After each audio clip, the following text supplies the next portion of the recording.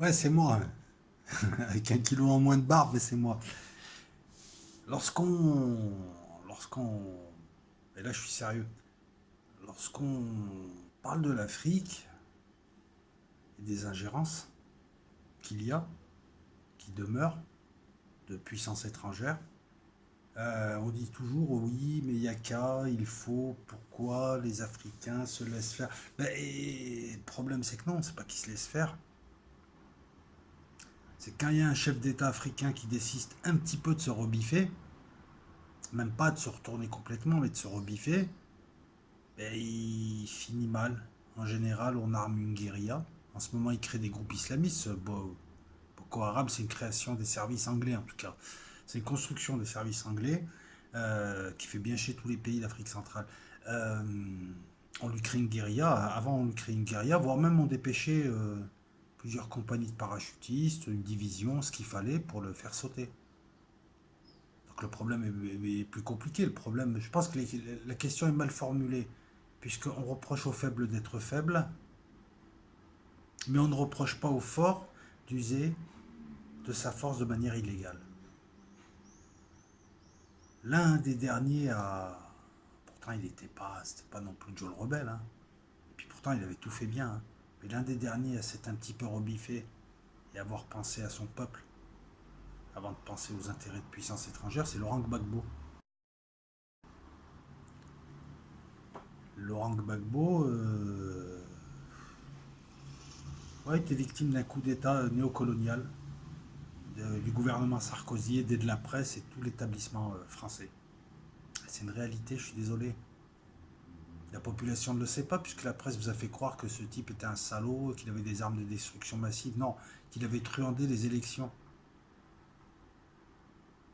La Côte d'Ivoire, c'est un petit pays, mais qui est soumis à beaucoup de convoitises. Il y a du cacao, il y a quelques trucs sympas, du bois rare, etc.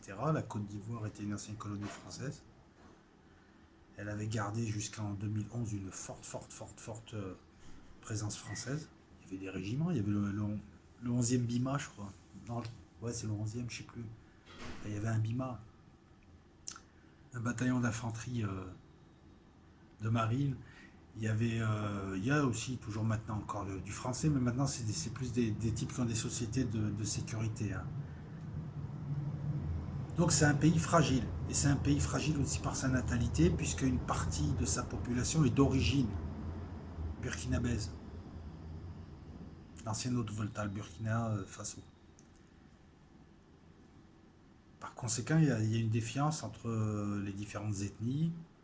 Les ethnies du Nord, j'essaye de la faire le plus. Je ne juge pas rien, j'essaie de la faire le plus honnête possible. Donc les ethnies du Nord étaient considérées par celles du Sud, par les cathos du Sud, hein, le Nord étant musulman, les Sud étant plus cathos, on va le dire comme ça. Hein. C'est un peu plus complexe, mais le propos n'est pas de parler uniquement de la Côte d'Ivoire, c'est surtout de parler de Gbagbo et des chefs d'État qui essayent un petit peu de se défendre. Donc il y avait une défiance. Il y avait une défiance et à un moment donné, bien avant 2011, tu as Alassane Ouattara, l'actuel président de la Côte d'Ivoire, d'origine burkinabèse, ancien militaire d'ailleurs au Burkina, ami de Sarkozy. Vous allez voir que ça a son importance. Sarkozy l'a marié à Neuilly. Ouattara, c'est pas n'importe qui, hein, c'est un ancien directeur du FMI. En général, au FMI, tous les pays sauf la France, parce que la France recycle ses déchets, Moscovici, tous ces gens-là, tu sais, tous les inutiles, Harlem Désir, tout ça, on leur trouve des postes dans des organisations européennes ou internationales. D'ailleurs, ces organisations se plaignent en disant que la France balance ses hommes politiques dont on ne veut pas ici, alors que tous les autres pays envoient des techniciens. Donc Alassane Ouattara est un technicien. C'est quelqu'un, c'est voilà, tu vois, en Afrique, il y a beaucoup de techniciens. Quand je dis techniciens, c'est des mecs qui maîtrisent leur truc. C'est une pointure, c'est des bacs plus 68, ça.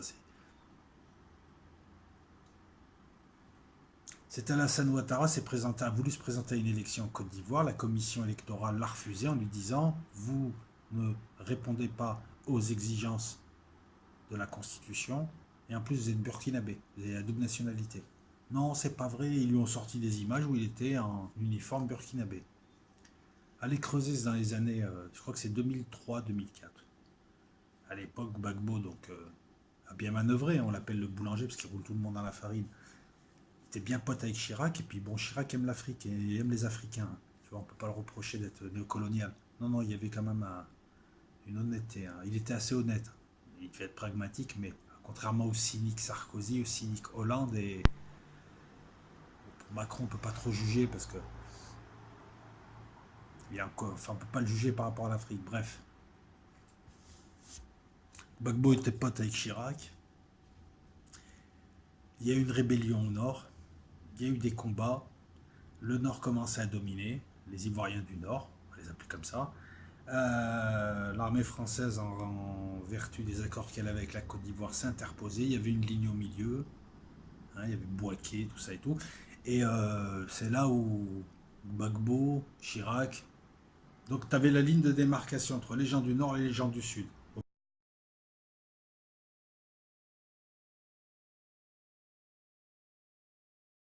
Au milieu, tu avais l'armée française. Si tu dépassais, ils te tiraient dessus. D'ailleurs, les Sud du Nord ont essayé plusieurs fois. Les légionnaires en ont flingué.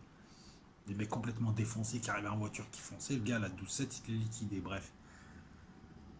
Et s'il n'y avait pas l'armée française, Gbagbo aurait pu flancher, aurait pu perdre le pouvoir. En tout cas, militairement, il le perdait. Donc c'est là où ils ont eu leur super idée. Et tiens, si on faisait bombarder. Attends, c'était quoi le truc? Une histoire de bombardement, ils se sont loupés. Attends.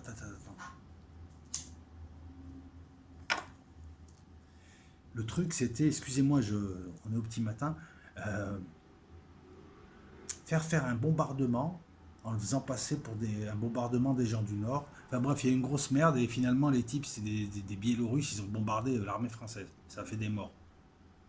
Chirac, il était dans le coup, mais ça devait pas se savoir, il a fait l'énervé. Il a demandé au service secret français d'exfiltrer les pilotes qui sont passés par le Togo. Hein, Pierre Péan, je crois, les avait cramés. Hein. Pierre Péan qui est mort il n'y a pas longtemps, paix à son âme. Et on a fait passer ça sur le compte de Gbagbo. Il a appelé Gbagbo, écoute, t'as combien d'avions en ce moment? 3. On va les bombarder comme ça face à la population française. Je fais le viril et je montre que c'est moi quand même le patron. Gbagbo, bon ouais, si tu veux, de toute façon, ils roulent pas les avions. Ça s'était fini comme ça.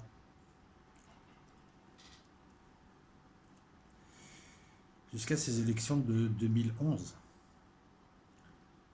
Où donc là, on fait voter. Le problème, c'est que là, c'est Sarkozy. Gbagbo avait refusé des demandes à Bolloré. Il avait fait tout ce qu'il fallait, mais bon, il y avait des trucs qu'il refusait, il gênait. Et Sarkozy, il arrive, et Sarkozy, c'est un beauf, avec une vision néocoloniale de l'Afrique. Hein, il n'hésite pas à envoyer l'armée française attaquer la Libye. Comme il y a. Voilà, ça s'était pas fait depuis. Alors, c'est ce qu'il fera en Côte d'Ivoire. Sarkozy, donc, voulait faire sauter Gbagbo, tout simplement. Donc, comment on fait? On appelle la presse. Tu sais, ces grands représentants de la liberté et de la vérité. On leur dit que Gbagbo, c'est un salaud, il a truqué les élections. Personne ne peut dire à l'heure d'aujourd'hui qui a gagné cette putain d'élection. Il y avait 360 observateurs étrangers pour 20 000 bureaux de poste, certains dans la brousse. Donc déjà, comment tu peux savoir?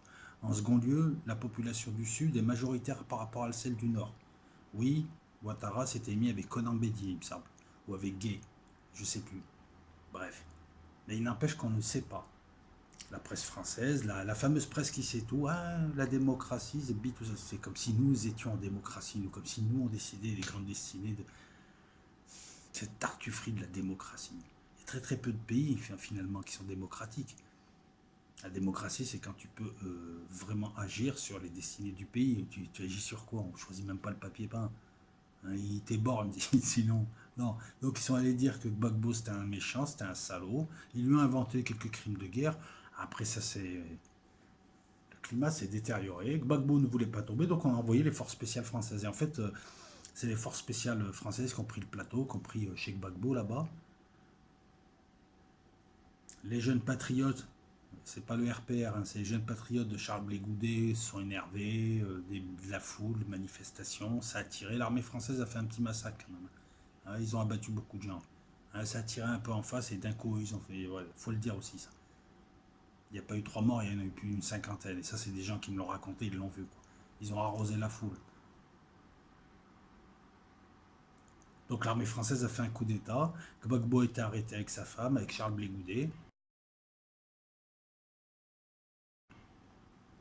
On a installé Ouattara. Ouattara a été réélu depuis, donc à la limite maintenant il a été légitimé. Enfin bon, il faudrait voir comment il a été élu, hein, parce que on le sait, hein, ce que nous voyons pas, la presse le voit pour nous, l'interprète pour nous, donc ils peuvent nous raconter ce qu'ils veulent. S'ils veulent demain ou dans 5 ans, ils vont dire Ouattara il était salaud. Hein. Tu sais, ils ont l'habitude aussi de ces revirements-là.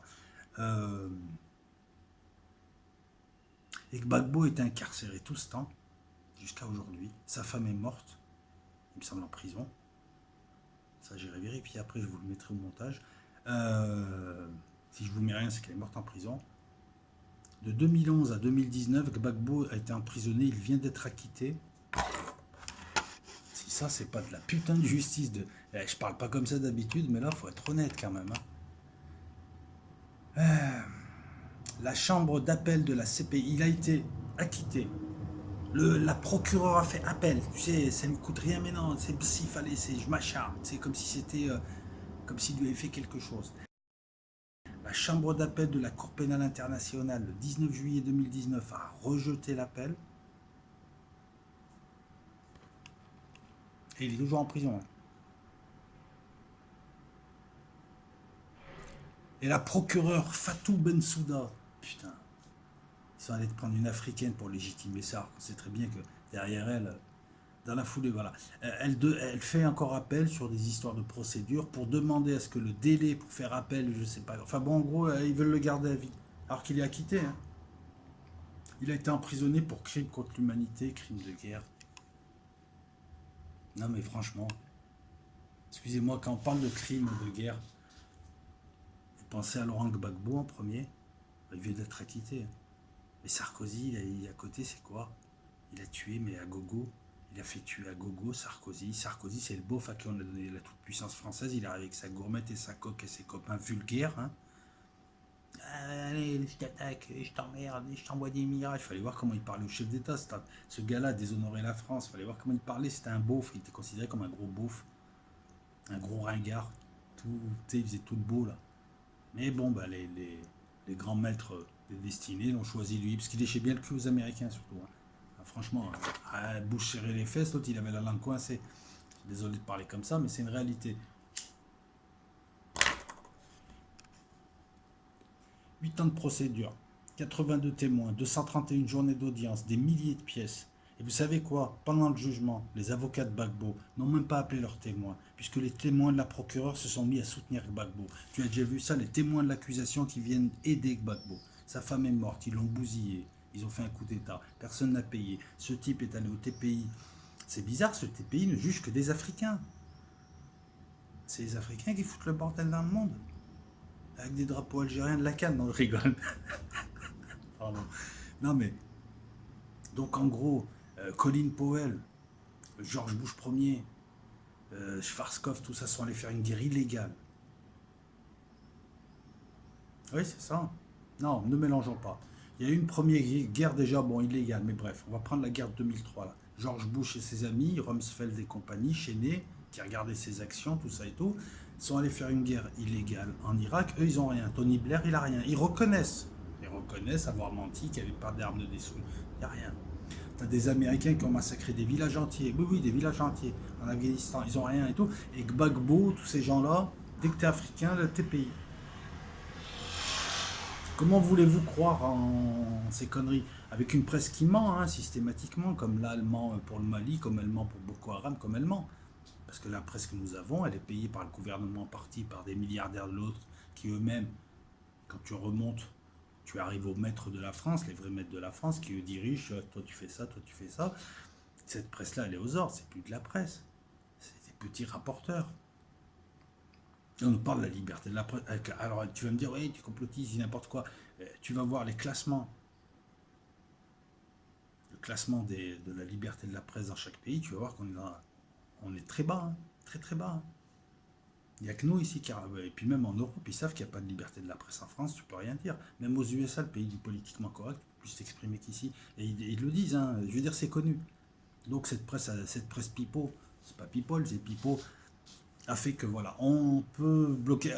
Je te prends juste un exemple, puisqu'on parle de droit. Ce type, pendant 8 ans, on lui a bouffé sa vie, on lui a bouffé sa retraite, on l'a dégagé de son pays, on a fait des morts, puis finalement, on s'aperçoit que ce type-là, ben non, pas de crime contre l'humanité, il faut l'acquitter. Il n'a rien fait. Il est innocent au sens de la justice. Donc moi, ma question, c'est qui paye? C'est quoi cette justice où on peut t'accuser de manière calomnieuse et où les enflures, eux, continuent, font des mandats, font de la politique, font des trucs. Parce que tous ces gens, là, Tony Blair, Sarkozy, compagnie, ils continuent à faire des conférences, payées à 100 000 dollars, 200 000 dollars, ça dépend. Voilà, pour une heure de blabla et de généralité, parce que ces gens, ils connaissent rien en plus. Je dirais Sarkozy qui parle de géopolitique, il me fait rire, c'est un beauf, le mec. C'était pas lui qui. Et tous leurs amis comme Guéant, tout ça. Guéant, lui, il a participé à la destruction d'un pays, il est allé chercher de l'argent à des fins personnelles. Pourquoi il n'est pas au TPI? Pourquoi Sarkozy n'est pas au TPI? Pourquoi Cameron n'est pas au TPI? Ce sont des gens qui ont, par exemple, les gens qui ont fait sauter le verrou libyen, on en subit aujourd'hui les conséquences. Et puis les migrants, 62 migrants trouvés en bord de mer. Ouais, mais ils n'avaient pas à prendre leur bateau, mais attends, c'était à leur place, tu prends le bateau. S'il y avait eu une Libye comme avant, ils seraient peut-être arrêtés. Mais là, non, pas de TPI. On ne demande pas de compte. Le plus malin, ça a été Tony Blair. Lui, il est allé chialer devant des parlementaires qui ont fait une commission. Donc, c'est des Anglais qui jugent un Anglais qui a participé à la destruction de l'Irak, parce que l'Irak n'est plus ce qu'elle est, je veux dire, et elle ne le redeviendra pas. Hein. Des Anglais qui jugent un type comme ça, qui est un des leurs, un de leurs pères, ils le connaissent, ils bouffent à la cantine ensemble, ils chialent un peu. Bon, c'est pas bien ce que tu as fait. Eux, Tony Blair a eu le droit à une commission en Angleterre où on l'a désavoué, mais sans plus, sans sanction. Laurent Gbagbo et Charles Blé Goudet sont encore là, ils sont acquittés, mais il est encore bloqué le mec. Ah, je me marre, comme dirait Coluche.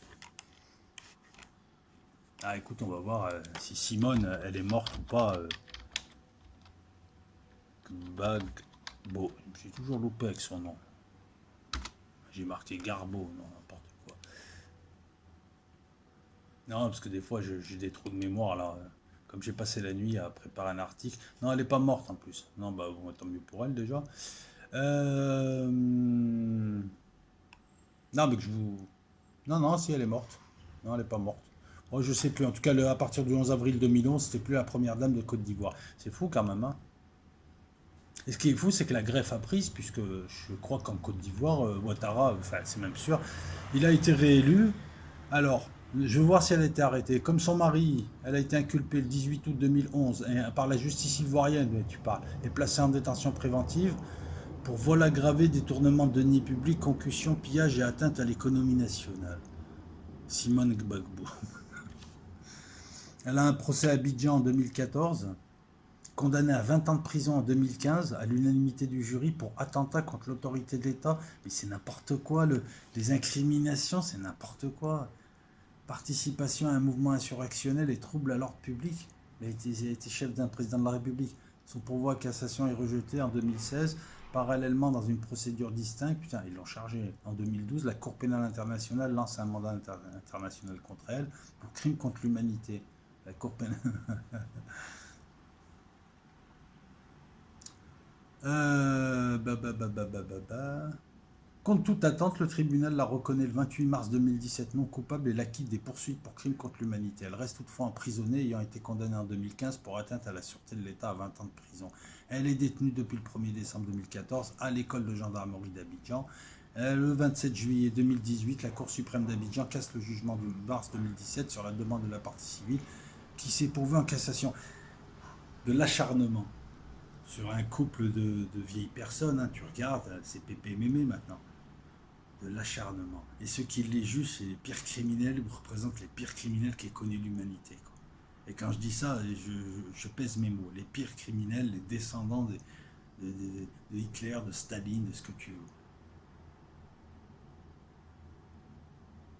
Le 6 août 2018, le président Alassane Ouattara annonce l'amnistie de 800 prisonniers condamnés pour des crimes en lien avec la crise post-électorale de 2010-2011, dont Simone Gbagbo dans un souci de réconciliation nationale. J'attrape mamie, je lui mets des incriminations à la con, je la fais juger, et après, je lui enlève le jugement en me faisant passer pour un type qui se réconcilie alors que je suis un chef d'État qui a été placé par Sarkozy et le nouvel ordre mondial. Et ouais, c'est ça. Parce que t'inquiète que lui, il en a signé des décrets à son pote. Des décrets qui a arrangé qui? Bolloré et compagnie. Qui a arrangé peut-être moins le peuple ivoirien. Donc quand en Afrique, t'as un petit pays riche, comme le Togo, comme la Côte d'Ivoire, comme d'autres pays encore, c'est une malédiction. T'es pas assez structuré, parce que tu es un jeune pays, pour être solide, pour avoir une population soudée et unie. Très souvent, ta population, d'ailleurs, c'est plusieurs populations qui ont été regroupées après, à l'ère postcoloniale, qui ont été donc regroupées pour te faire. Avant, tu n'existais pas, donc déjà, il n'y a pas osmose. Hein, c'est pas... En France, il a fallu des siècles pour que les gens se considèrent comme français. Tu sais, il a fallu, oui, il y avait des victoires, des fois, Jeanne d'Arc, tout ça, mon cul, mais écoute, honnêtement, en France, l'idée de France, c'est Napoléon qui l'a portée. Et puis même, tu sais, t'allais en 1920, t'allais, je sais pas, dans le sud-ouest, le gars, il se sentait plus, je sais pas, occitan. Et c'était normal, hein. Son univers, c'était 5 km autour de chez lui, quoi. 2 jours de cheval, 3 jours de cheval. Enfin, dans les années 50, il y avait la voiture, tout ça, mais il se sentait plus occitan que... Voilà. Mais donc là, tu as des pays comme ça. Comment tu veux te défendre? Alors tu vas me dire, ouais, mais il y a d'autres pays comme ça. Ouais, la Chine, ouais. Mais la Chine, ils ont une armée. Ils ont une armée de fous, la Chine. Et puis, il y a un sentiment nationaliste. Là, on a profité d'une guerre civile plus ou moins alimentée entre des populations catholiques du sud, des populations ivoiriennes du nord, beaucoup originaires du Burkina Faso, parce qu'il y a eu des vagues migratoires. Tu vois, voilà, la Côte d'Ivoire, c'est comme le Togo, il y a un problème de natalité, et donc, et comme c'est des pays riches, ils attirent autour des gens, voilà, et puis ça arrive, ça fait racine, ça reste une génération, 2 générations, ça a la nationalité, mais dans l'esprit des gens, voilà, ça reste toujours des Ivoiriens de papier, comme on dirait. Hein, comme pour moi, on dit un Français de souche. Alors c'est stupide, mais bon, bref. J'essaie de vous expliquer la situation. Comment tu veux que les chefs d'État africains résistent quand ils ont tout contre eux? La faiblesse de leur pays. Un pays qui n'en est pas encore un vraiment, parce qu'il faut quand même des siècles pour bâtir un pays. Donc des colonnes, des cinquièmes colonnes, des éléments intérieurs qui veulent déstabiliser, des gens beaucoup plus avides qu'en Europe et prêts à tuer, à faire des coups d'État pour reprendre. À l'extérieur, on va commencer à te regarder en te disant, écoute, viens nous voir, et puis ci, et puis ça. Donc là, c'est l'ancienne puissance coloniale qui avait plus ou moins la tutelle, mais pour peu que les Américains s'intéressent à la Côte d'Ivoire, et ils viennent et ils te menacent, et tu es obligé de faire carpette. Comment tu veux que ces pays s'en sortent? Quel est le pays africain qui a les épaules, qui a les reins assez solides? Et c'est compliqué. Si, tu as un pays africain, Afrique du Nord, tu as l'Algérie, qui a bâti ça sur le nationalisme. Voilà. C'est ce qui permet de tenir des populations différentes. Le nationalisme, et on se serre la famille, on lave le linge sale entre nous, et s'il y a quelqu'un de l'extérieur, on s'unit contre lui. Il y a très peu de pays qui peuvent faire ça. La Côte d'Ivoire, c'est pas l'Algérie. L'Algérie est née d'une guerre. Jusque-là, c'était un département français, même deux. Elle est née d'une guerre. Une guerre douloureuse. Il y a eu beaucoup d'Algériens morts. Après, peu importe le chiffre, tout ça et tout, les histoires, mais il y a eu beaucoup de morts. Il y a eu beaucoup de drames. Donc ça a soudé sur un drame. La Côte d'Ivoire, il y a, pas, il y a eu des morts, il y a eu des drames. Hein. Mais ce que je veux dire, c'est qu'il n'y a pas eu une guerre d'indépendance si dure que la guerre d'indépendance algérienne, hein, qui fait partie des guerres d'indépendance les plus dures et les plus sales du XXe siècle, hein, avec le Vietnam, la guerre en Angola. J'ai envie de rajouter la guerre en Bosnie aussi. Voilà. C'est une petite réflexion comme ça pour se dire que c'est vrai qu'on peut dire Yaka il Yaka il faut, mais là je vois Gbagbo qui est encore en prison alors qu'il est acquitté depuis quelques jours. Sentiment d'injustice, encore une fois, injustice, justice, justice polichinelle. Et le cynisme dans tout ça, c'est que ceux qui le jugent ont les mains encore plus sales, plus sanglantes que lui, parce que bon, il a peut-être un ou deux crimes, c'est le président de la République. Enfin, un crime. C'est un président de la République africain, je te promets que lui, il est super clean. Hein. C'est Mère Teresa à côté de certains. Voilà, parce que si on regarde avec qui on fricote, je te promets que lui, voilà.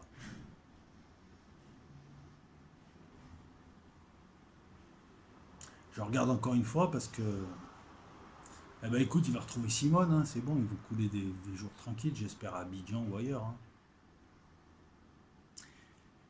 Ciao tout le monde, je vous prépare une vidéo. Je vais attendre un peu avant de la mettre, il faut que je la monte, tout ça. Donc c'est une série espionnage. Comment dire ça? On va parler d'un des plus grands espions de la Seconde Guerre mondiale. Et lorsqu'on te dit, je l'ai déjà dit, mais je le redis encore une fois, lorsqu'on te dit que euh, les espions n'ont jamais fait changer les choses, lui a permis quasiment gagné la guerre. Ou en tout cas, elle l'a gagné vite. Donc je vous donne pas son nom, je vous dis rien. Attendez la vidéo. Et puis à bientôt. Chaudement.